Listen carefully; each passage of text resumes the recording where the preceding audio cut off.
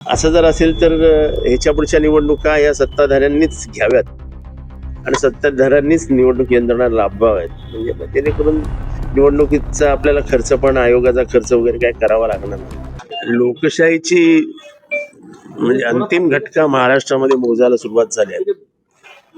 सरळ सरळ म्हणजे पोलिंग बूथच्या केंद्रामध्ये बॅनर्स लावलेत आणि पत्रकारांना तिथल्या आरोनी त्यांचं वृषाली पाटील नाव आहे, त्यांनी सांगितले आम्ही परमिशन दिली आहे. संविधानाने सांगितले की 100 मीटरच्या आत काहीच असतं कामा नाही.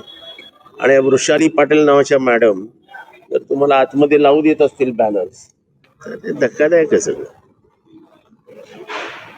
एकंदरीतच प्रशासकीय यंत्रणेवरचा प्रचंड दबाव आणि निवडणूक आयोग हे म्हणजे मला शब्द नाहीत त्यांच्यासाठी वापरण्यासाठी.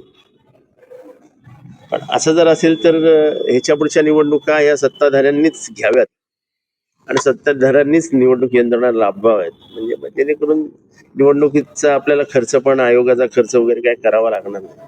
अनेक ठिकाणी ईव्हीएम मशीन बंद पडलेले आहेत. ईव्हीएम मशीनला करंट लागतोय, ईव्हीएम मशीन बंद आहेत, लोकांच्या रांगा आहेत, ईव्हीएम मशीन स्लो एक दीड तास मी तुम्हाला तेच सांगतो ना की निवडणूक आयोग हे मस्करी झाली आहे. निवडणूक आयोगाने या देशाच्या राजकारणाचं डॉक्टर बाबासाहेब आंबेडकरांच्या लोकशाहीचं वाटोळं करून टाकलं. 12:30 वाजेपर्यंत फक्त जिल्ह्यामध्ये 19% मतदान झालंय. कुठेतरी मतदारांची टक्केवारी वाढण्यात अपयशी पडता येत आहे. हळूहळू टक्केवारी पण वाढणार नाही, टक्केवारी पण होणार नाही, लोक मतदानालाच येणार नाहीत.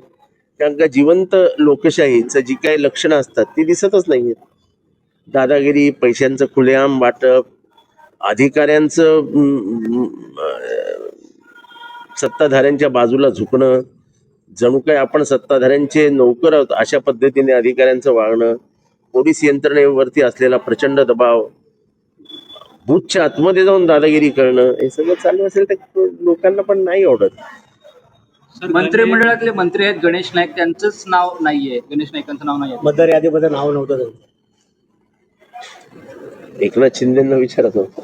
सर, नोटा संदर्भात याचिका दाखल केलेली होती, मात्र कोर्टाने सांगितलं की तुम्ही त्या ठिकाणावरचे मतदार नाही, त्यामुळे ती फेटाळली कोर्टाने. नाही, मला माहित नाही. याच वृषाली पाटील यांच्या विरोधात अगोदर देखील कारवाई मी स्वतः या वृषाली पाटीलांविरुद्ध सांगितलं होतं की या वाटेल ते करतात, वाटेल तशा वागतात, काहीही निर्णय देतात.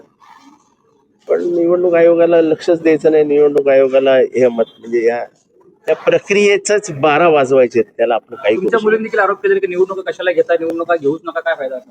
पण मी तर अजूनही म्हणतो की निवडणुका घेऊच नका. सत्ताधारी पक्षाला सांगा की तुम्ही घ्या निवडणुका आणि निवडून द्या.